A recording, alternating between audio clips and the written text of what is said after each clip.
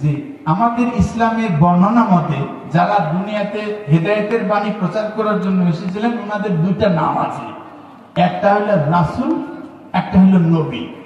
কথা ঠিক না বেটি? ঠিক। একজনের বলে রাসূল, একজন বলে নবী। শুনছেন কিনা? শুনছেন।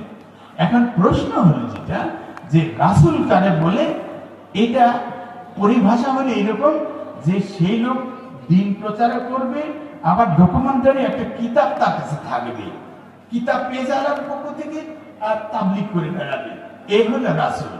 আর আরেকজন হলো কিতাব পায় নাই, জিবরাইল এসে বলে দিয়েছে যে আপনি ওই গ্রামে যান, ওই গ্রামের মানুষরা খালি মদ খাচ্ছে, মদের বিরুদ্ধে ওয়াজ করেন। ওই গ্রামে যান, ওই এলাকার লোকেরা খালি ওজনে কম দেয়, চুরি করে, ও চুরি আর মদ, ওর বিরুদ্ধে আপনি ওয়াজ করেন। এক এক দায়িত্ব দিয়ে এক নবী পাঠিয়ে দিতেন এই এলাকায়, ওই গ্রামে, এই গ্রামে, এইভাবে। এরা নবী। আর রাসূল হলো এইরকম অথেন্টিক। তার মধ্যে 5 জন রাসূল আছে, উলুল আজম, সবচেয়ে দৃঢ় শক্তি সম্পন্ন, এরকম কোরআনের 5 জনের নাম আছে। আপনাদের কাছে আমার প্রশ্ন, এই অর্ডার অফ প্রেসিডেন্সি সম্মানের জায়গায় যদি আপনাকে বসাইতে হয়, তাহলে রাসূল বড় না নবী বড়? রাসূল বড়। এই দেখেন আপনারা যেই জায়গায় আছেন, আমার ওই সাহাবী ওই জায়গায় চলে গেছে। সাহাবী যে এই দোয়াটা যখন আমল করতেছে, সেই জায়গায় আপনাদের আমি নিয়ে যাই। এর শেষ শব্দটা এরকম, আমানতু বিকিতাবিকা আল্লাযী আনজালতা ওয়া বিনাবিয়িকা আল্লাযী আরসালতা।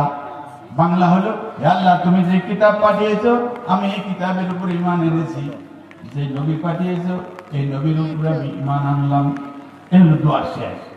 এখন এখানে একটা জিনিস লক্ষণীয়, সেটা হলো শেষ শব্দটা হচ্ছে অবিনাবিয়িকা, হে আল্লাহ তোমার নবী, তার উপরে আমি ঈমান এনেছি।